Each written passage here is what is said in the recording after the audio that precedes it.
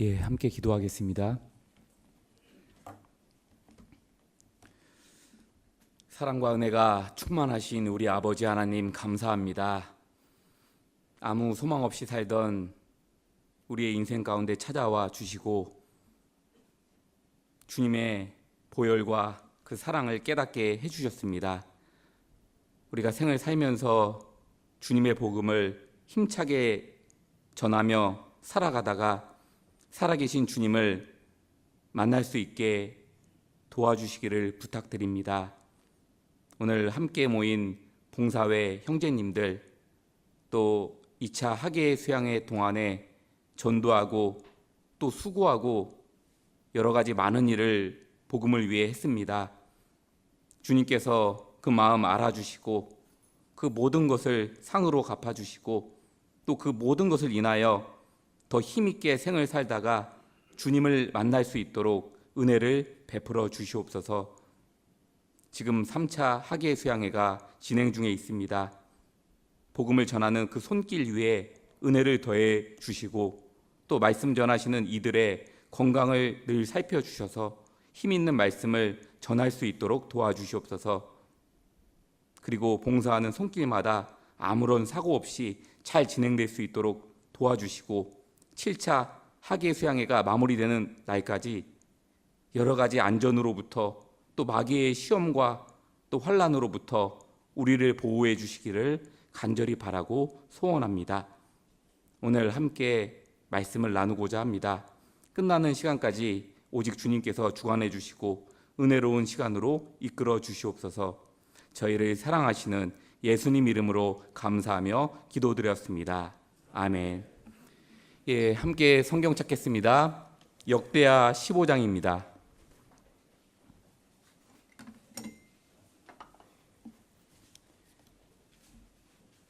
역대하 15장 1절부터 2절까지 말씀입니다.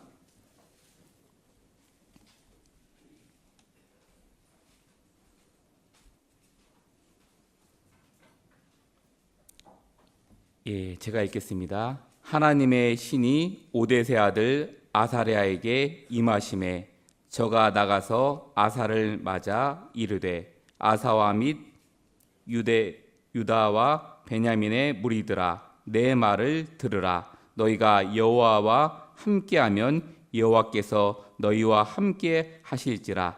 너희가 만일 저를 찾으면 저가 너희의 만난 바 되시려니와 너희가 만일 저를 버리면 저도 너희를 버리시리라. 오늘은 이 아사 왕을 통해서 이 교훈받는 시간을 갖도록 하겠습니다. 여기 언급된 아사 왕은 남유다 세 번째 왕입니다. 이 총 41년간 이 나라를 다스렸는데 그 중에 35년간은 아사의 마음이 일평생 온전하였더라라고 언급하고 있습니다. 그러나 그와 반대되는 삶의 모습도 기록되어 있습니다. 나머지 6년간의 삶은 하나님을 의지하지 않고 이 말씀을 거역함으로 징계를 받아 죽는 내용으로 기록하고 있습니다. 이것은 우리에게 있어서 여러 교훈을 주게 됩니다. 누구든지 시작은 아름다워 보이고 훌륭해 보일 수 있다는 거죠. 처음은 누구든지 뜨겁고 이 마음이 변하지 않을 것 같으며 평생 귀한 쓰임을 받을 거라는 확신을 가질 수밖에 없습니다. 하지만 모든 사람이 마지막이 그러하리라는 보장은 없습니다. 지금 아사왕 같은 아주 훌륭한 왕도 수십 년은 온전히 살아갔고 충성되었고 심지어 이 나라를 주님의 온전한 품으로 돌아오게끔 자신의 영향력이나 자신의 힘을 나타내며 살아갔습니다. 그런데 마지막은 그의 모습이 바뀐 채로 병에 걸려 죽게 되죠. 그래서 오늘은 아사 왕을 통해서 우리의 삶을 돌아보고 주님 오시는 그날까지 어떻게 하면 나의 신앙의 초심을 유지할 수 있을지, 어떠한 순종의 자세를 취하며 살아가야 할지를 이 교훈받는 시간을 갖도록 하겠습니다. 먼저 2절을 다시 한번 보시겠습니다. 2절 중반부입니다. 너희가 여호와와 함께하면 여호와께서 너희와 함께 하실지라. 너희가 만일 저를 찾으면 저가 너희의 만난 바 되시려니와 너희가 만일 저를 버리면 저도 너희를 버리시리라. 참 중요한 말씀입니다. 너희가 저를 찾으면 만나게 될 것이다. 하지만 반대로 너희가 저를 버리면 하나님도 너희를 버릴 것이다.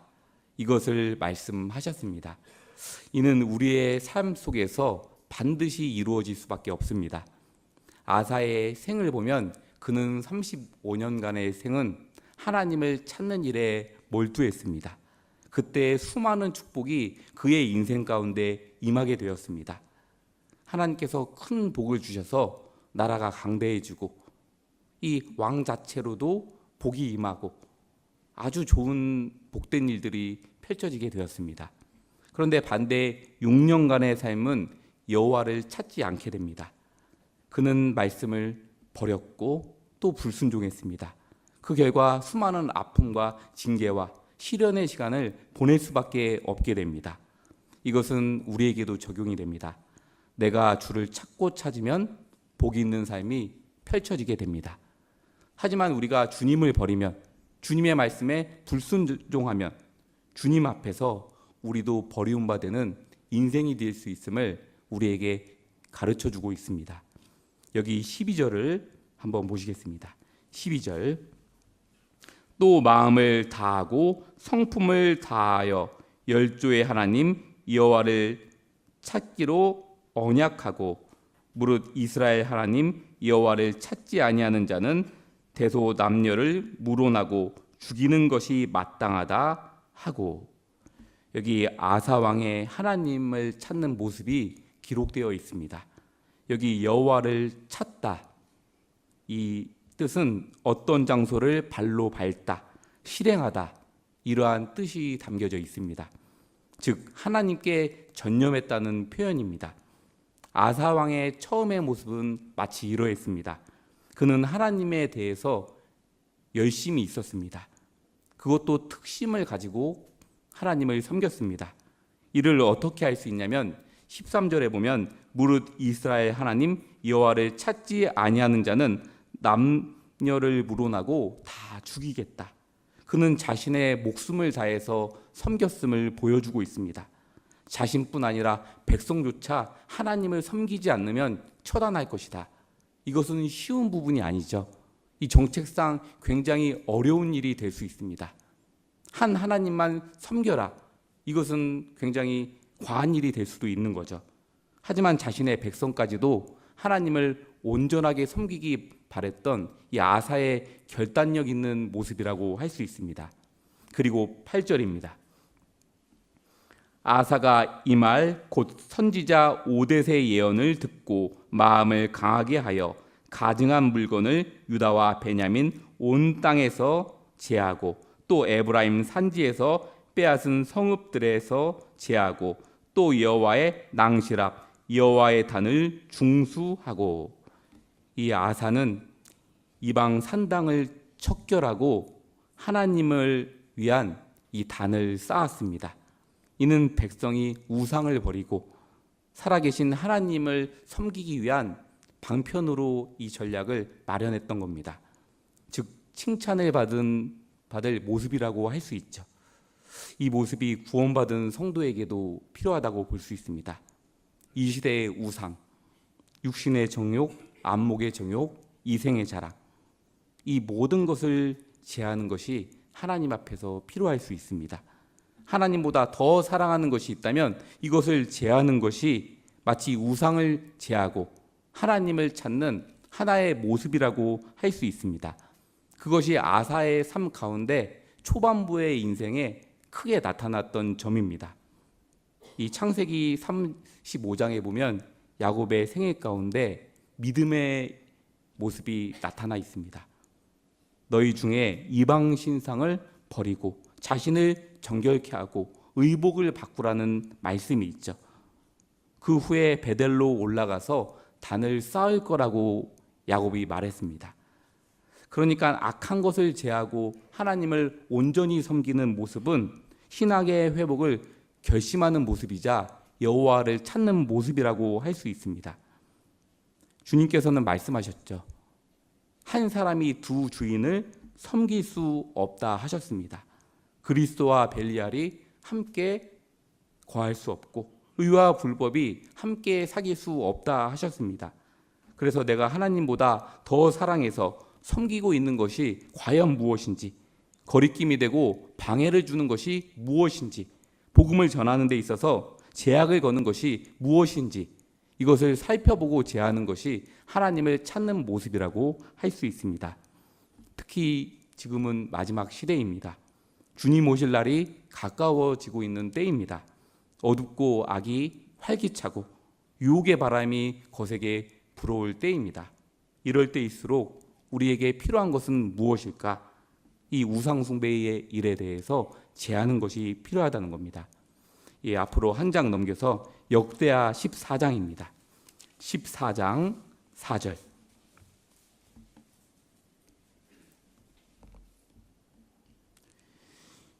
유다 사람을 명하여 그 열조의 하나님 여호와를 구하게 하며 그 율법과 명령을 행하게 하고, 여호와를 찾는 모습에 대한 모습입니다. 4절에 보면 여호와를 구하게 하며 그 율법과 명령을 행하게 하고, 하나님의 말씀을 잘 듣고 행하는 것이 그를 찾는 모습이 되는 겁니다. 보이지 않는 하나님을 내가 무슨 수로 섬기겠습니까? 인간적인 방법으로는 섬길 수 없습니다. 주의 법에 맞게끔 내가 행함으로 섬기는 것이 합당합니다. 그것이 바로 신령한 하나님을 섬기는 하나의 방법이 되는 겁니다. 아사 왕은 이것을 잘했습니다. 하나님의 말씀을 듣고 그대로 행하고 순종하며 그의 처음 모습은 그것이 있었습니다. 여기 11절 보면 그것이 나와 있죠. 11절. 그 하나님 여호와께 부르짖어 가로되 여호와여, 강한 자와 약한 자 사이에는 주밖에 도와줄 이가 없사오니 우리 하나님 여호와여, 우리를 도우소서. 우리가 주를 의지하오며 주의 이름을 의탁하옵고 이 많은 무리를 치러 왔나이다. 여호와여, 주는 우리 하나님이시오니 원컨대 사람으로 주를 이기지 못하게 하옵소서 하였더니. 이 아사는 전쟁의 날에 기도했던 사람입니다. 그것도 간절히 의지하고 기도했습니다. 자신의 연약함을 알았고 나라의 약함을 알았고 이것은 하나님의 도움 없이는 해결할 수 없음을 알았고 간절히 부르짖었습니다. 지금 주밖에 도와줄 이가 없다. 이렇게 표현한 것은 하나님밖에 우리에게 없습니다. 그 전쟁의 날에 승리를 거두게 해줄 수 있는 분은 주님밖에 없습니다. 이러한 겸손과 낮은 마음으로 하나님을 찾았음을 보여주고 있습니다. 그리고 15장 16절. 아사왕의 모친 마아가가 아세라에 가증한 목상을 만들었으므로 아사가 그 태후의 위를 패하고 그 우상을 찢고 빻아 기드론 시냇가에서 불살랐으니, 그는 가증한 우상을 만드는 일로 인하여 어머니를 과감히 폐위시켰습니다. 이것은 결코 쉬운 일이 아닙니다. 자신의 어머니를 폐위시켰다는 것은 당대의 법적인 측면이나 사람들에게 받을 평가나 정치적인 많은 손해를 감수해야 할 것이 분명했을 겁니다. 그런데 그 모든 것을 뒤로하고 이 백성이 우상에게 물드는 것을 나는 참을 수 없다. 하나님의 법에 나는 어떠한 일이 찾아와도 순종하겠다. 불이익이 와도 나는 그대로 해야겠다. 아사 왕에게는 그러한 특심 있는 마음이 있었습니다. 그는 이뿐 아니죠. 하나님의 전을 위해서 문제가 되는 것들, 그런 것들을 모조리 제했습니다. 그리고 반대의 행동을 했습니다. 하나님의 전을 위하여 필요한 것들, 가진 물건들, 은들, 금들, 기명들, 그것들을 드리는 헌신이 있었습니다. 그리고 백성을 의롭게 돌아오게 하는 여러 가지 정책적인 헌신도 있었습니다. 이 모든 것만 조합해봐도 그는 얼마나 훌륭한 사람인지를 알 수 있습니다.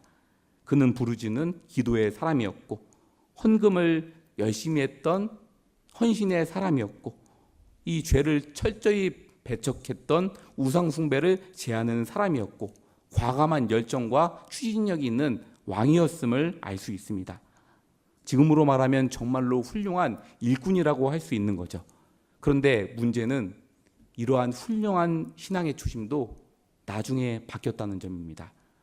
여기 역대하 16장 2절을 보겠습니다. 2절 아사가 여호와의 전 곳간과 왕궁 곳간에 은금을 취하여 다메섹에 거한 아람 왕 베나닷에게 보내며 가로되 내 부친과 당신의 부친 사이에와 같이 나와 당신 사이에 약조하사 내가 당신에게 은금을 보내노니 와서 이스라엘 왕 바하사와 세운 약조를 깨뜨려서 저로 나를 떠나게 하라 하매. 아사의 마음이 바뀌었습니다. 참 우리 보기에 성경 몇 장 지나가지 않았는데 그의 마음이 바뀌어 버리죠. 하지만 38년간의 긴 세월을 우리가 보기 때문에 그렇습니다. 그는 열심히 오래 살았지만 마음이 바뀌게 되었습니다.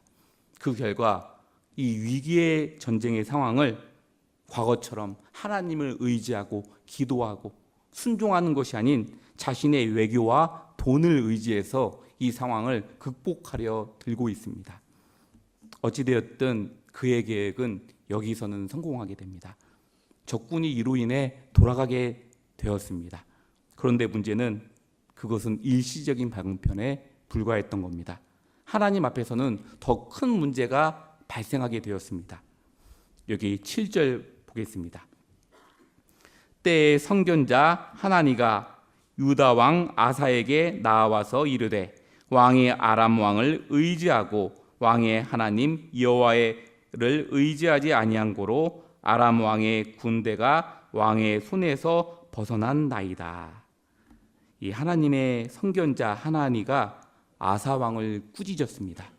이 책망을 보면 그의 계획이 성공한 것이 아니라는 것을 알 수 있죠.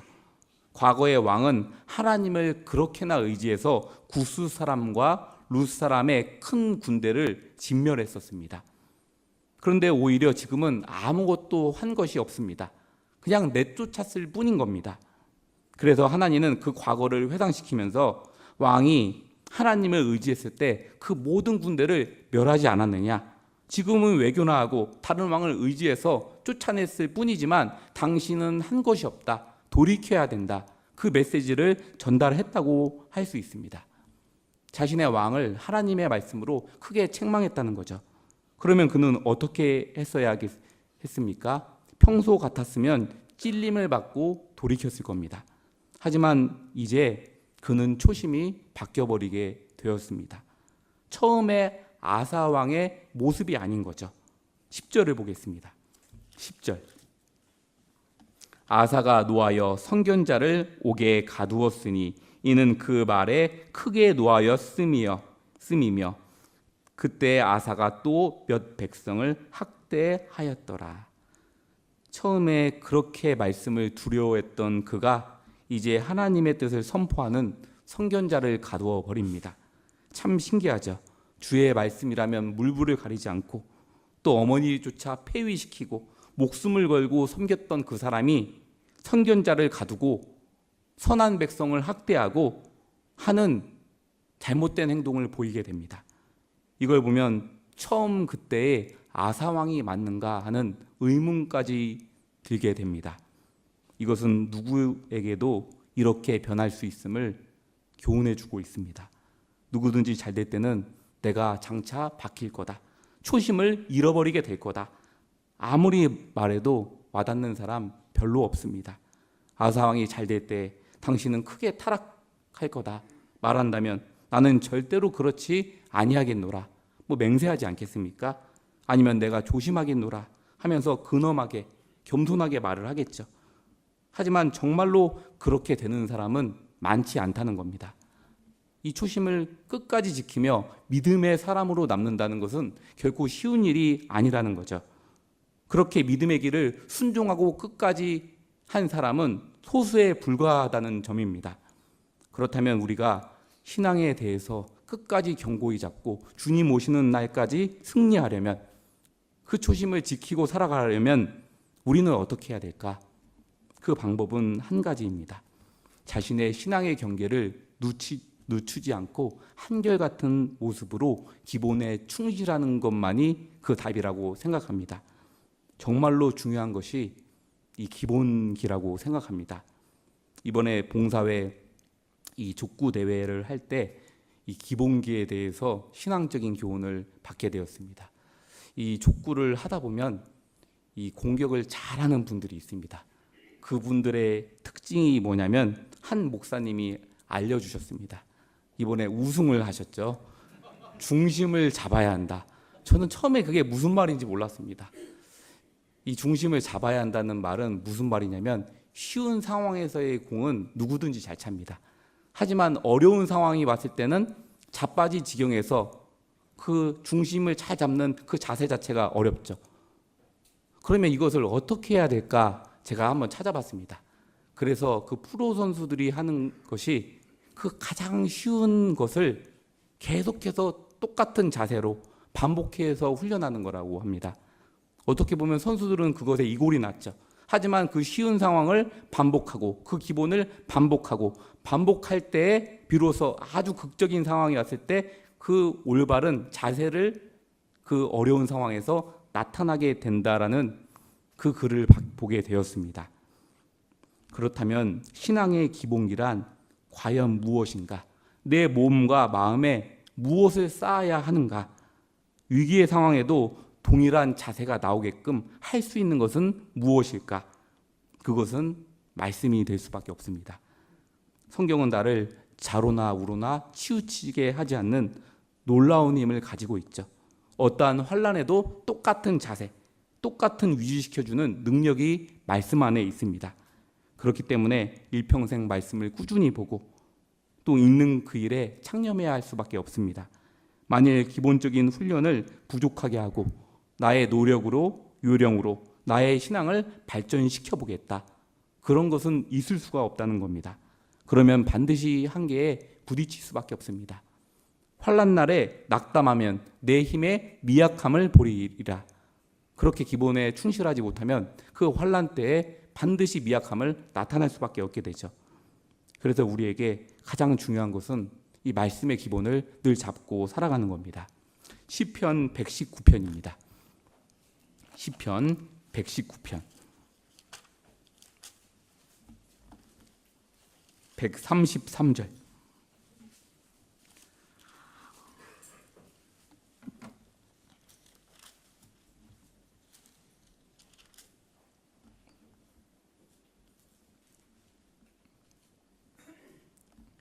나의 행보를 주의 말씀에 굳게 세우시고 아무 죄악이 나를 주장치 못하게 하소서.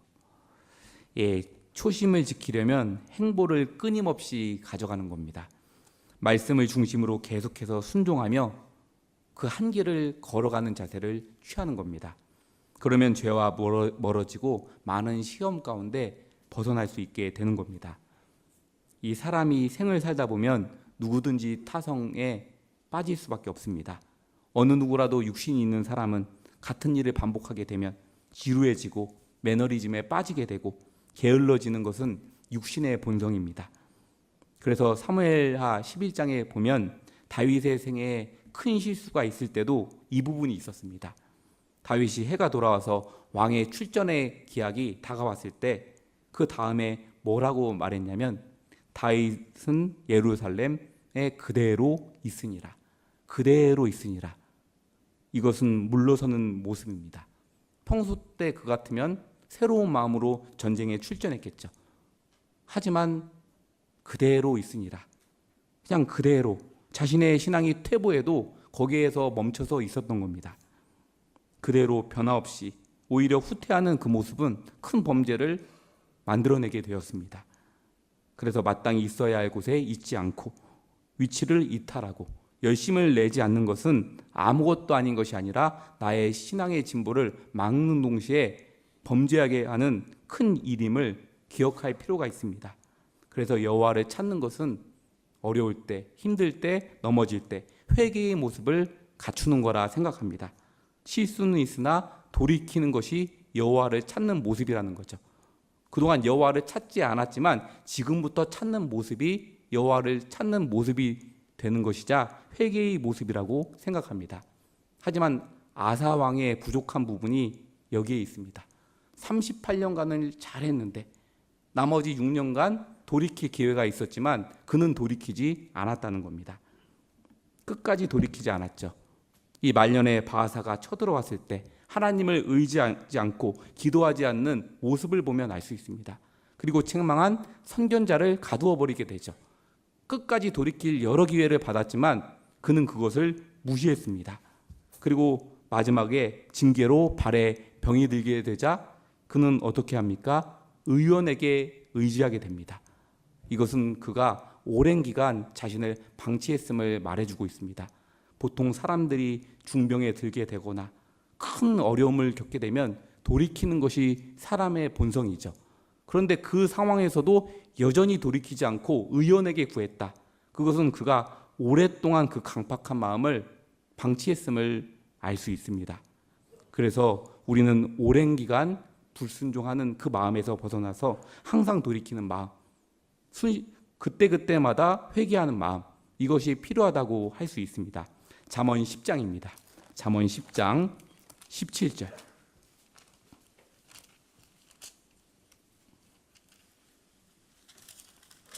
잠언 10장 17절입니다. 훈계를 지키는 자는 생명길로 행하여도 징계를 버리는 자는 그릇 가느니라. 그는 징계를 버렸습니다. 끝까지 그릇 행하는 길을 선택했습니다. 그래서 생명의 길이 아닌 사망의 길로 갈 수밖에 없었던 겁니다. 그 결과는 뭡니까? 15장 10절. 15장 10절. 10절은 함께 읽겠습니다. 도를 배반하는 자는 엄한 징계를 받을 것이요 견책을 싫어하는 자는 죽을 것이니라. 아사 왕은 하나님의 견책을 얼마나 싫어했는지 이 죽기까지 싫어했습니다. 그는 이 말씀대로 임하게 되죠. 하나님의 선견자 하나니의 말도 무시하고 감옥에 가누어 버리고 이 도를 배반하게 됩니다. 그러자 엄한 징계를 받을 것이며 엄한 징계도 받았죠. 하지만 거기에서도 돌이키지 않았습니다. 견책을 싫어하는 자는 죽을 것이니라. 그는 생명이 끝날 뿐 아니라 그는 마지막에 믿음의 모습을 지키지 못하고 죽었습니다. 사실 생명이 끝나는 것은 큰 일은 아니죠. 믿음을 지키지 못하고 죽는 것이 더 큰 일이 되는 겁니다. 그는 하나님의 말씀을 잘 들었어야 했습니다. 하나님의 말만 잘 들었어도 그는 믿음을 지키고 회개하고 끝까지 초심을 지키고 그 마지막을 마무리할 수 있었습니다. 우리도 잘 들어야 합니다. 주님의 주시는 메시지를 잘 들어야 합니다. 옆에 알려주는 형제자매님들의 권고를 잘 들어야 합니다. 그분들은 하나님의 사자로서 나의 보지 못하는 부분들을 알려주는 분들일 수 있습니다. 그 모든 권면은 하나님으로 하여금 찾게 되는 메시지일 수 있습니다. 우리는 이 소중한 권고를 잘 받아들여서 하나님을 온전히 섬기고 큰 복 가운데 살 필요가 있습니다. 그러면 지금부터는 여호와를 찾았을 때, 찾지 않았을 때 그 결과를 몇 가지만 살펴보고 마치겠습니다. 역대하 14장 6절입니다. 이 결과입니다.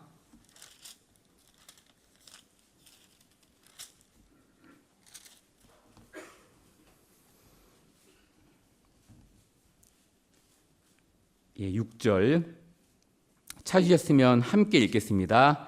여호와께서 아사에게 평안을 주셨으므로 그 땅이 평안하여 여러 해 싸움이 없는지라. 저가 견고한 성읍들을 유다에 건축하니라. 여호와를 찾았을 때의 결과입니다. 이 평안입니다. 이때 아사가 여호와를 찾았는데 평안도 그냥 평안이 아닌 사방의 평안이 찾아왔다 했습니다. 즉 외적인 모든 침입으로부터 자유로웠다는 겁니다. 이것은 육신적으로도 복이 있다는 말입니다. 어떤 분들은 순종하면 영적인 평안만 누린다고 생각하는데 성경은 그렇게 말하지 않고 있습니다. 육신적인 평안도 겸해서 받을 수 있습니다. 그는 사방으로부터 평안을 받았다. 왕으로서 최고의 축복을 누리게 됩니다. 그는 얼마나 감사했겠습니까? 나라를 지켜주신 하나님께 감사했을 겁니다. 그리고 영적인 큰 평안도 없고 이 백성들은 그에게로 더욱더 마음이 기울고 큰 기쁨을 받으며 생을 살아갔을 겁니다. 그러면 반대로 불순종했을 때, 여호와를 찾지도 않고 구하지도 않을 때 어떻게 그는 되었을까? 그는 괴로움 속에서 살아가게 됩니다. 나중에는 징벌을 받게 되다가 훗날 죽음을 맞이하게 되죠. 그래서 우리가 취해야 할 인생 방향은 오로지 여호와를 찾는 모습으로 나아갈 필요가 있다는 겁니다. 여기 15장 7절입니다. 15장 7절. 그런즉 너희는 강하게 하라. 손이 약하지 않게 하라. 너희 행위에는 상급이 있음이니라. 여호와를 찾으면 상급이 있게 됩니다. 영원한 축복과 상이 주어지게 되는 겁니다. 인간적으로 한 나라 왕이면 이미 사람으로서는 누릴 수 있는 영광과 그 권위와 그 육신적인 축복은 다 누렸다고 보면 맞습니다. 이 세상에서도 정말로 왕이 되어보려고 노력하지 않습니까? 물질을 모으면 권력을 모으게 되고 권력을 많이 모으면 이 세계의 왕이 되고 싶어 합니다. 그런데 하나님의 형상을 입은 사람은 사실상 왕이 돼야 만족합니다. 왕도 그냥 왕이 아닌 영원한 세계의 왕, 끊임없는 나라를 다스릴 수 있는 왕, 그것이 되어야 합니다. 이것은 하나님께서만 주실 수 있는 선물이고 우리에게 그 특권을 주신다고 했습니다. 그렇다면 여호와를 섬기는 데 있어서 상이 있다. 이것은 무슨 말일까요? 하나님 나라의 영원한 영광스러움에 참여할 수 있다는 겁니다. 그러니까 너희 손을 약하지 않게 해야 한다. 너희 행위에는 상급이 있다. 이것을 말씀하신 겁니다. 그리고 9절 보겠습니다. 9절, 이것이 핵심입니다. 또 유다와 베냐민의 무리를 모으고 에브라임과 므낫세와 시므온 가운데서 나와서 저희 중에 우고하는 자를 모았으니 이는 이스라엘 사람들이 아사의 하나님 여호와께서 그와 함께 하심을 보고 아사에게로 돌아오는 자가 많았음이더라. 아사 왕이 열심히 하나님을 찾은 결과는 이 북이스라엘 지파의 사람들이 돌아오게 되었습니다. 타락한 그들이 여호와를 찾는 모습을 취했다는 거죠. 이것이 가장 큰 결과입니다. 내가 주변에 평안을 끼치려면 어떻게 해야 될까? 나부터 평안해야 합니다. 내가 주변 사람들에게 소망을 전하려면 나부터 살아있는 소망이 와닿아야 할 겁니다. 평안이 없는 사람의 메시지를 누가 들을까? 영원한 천국이 와닿지 않는 소망을 누가 믿을까? 나도 여호와를 찾지 않는데 누구에게 찾으라고 말할 것인가? 우리는 항상 이것을 돌아볼 필요가 있습니다. 이제 우리는 하나님을 찾는 또 하나의 인생으로서의 시작을 하게 돼야 합니다. 2차 학예 수양회가 끝났죠. 어떻게 보면 수원교회 차수가 끝났기 때문에 이 자칫 잘못하면 풀어질 수 있는 상황입니다. 그래서 전도인들도 풀어지는 가장 큰 상황은 학예 수양회가 끝나고 휴가 가는 길이라고 합니다. 그래서 항상 모든 전쟁의 마무리에는 또 다른 시작을 알리는 충전을 해야 하고 우리가 이 복음을 전하는 데 있어서 대학예 수양회는 우리의 인생의 마무리이다. 이러한 결단을 하고 또 하반기를 또한 준비하고 순종하고 이 말씀에 창념하며 살아가는 우리 봉사회 형제님들이 되셨으면 좋겠습니다. 말씀 마치도록 하겠습니다.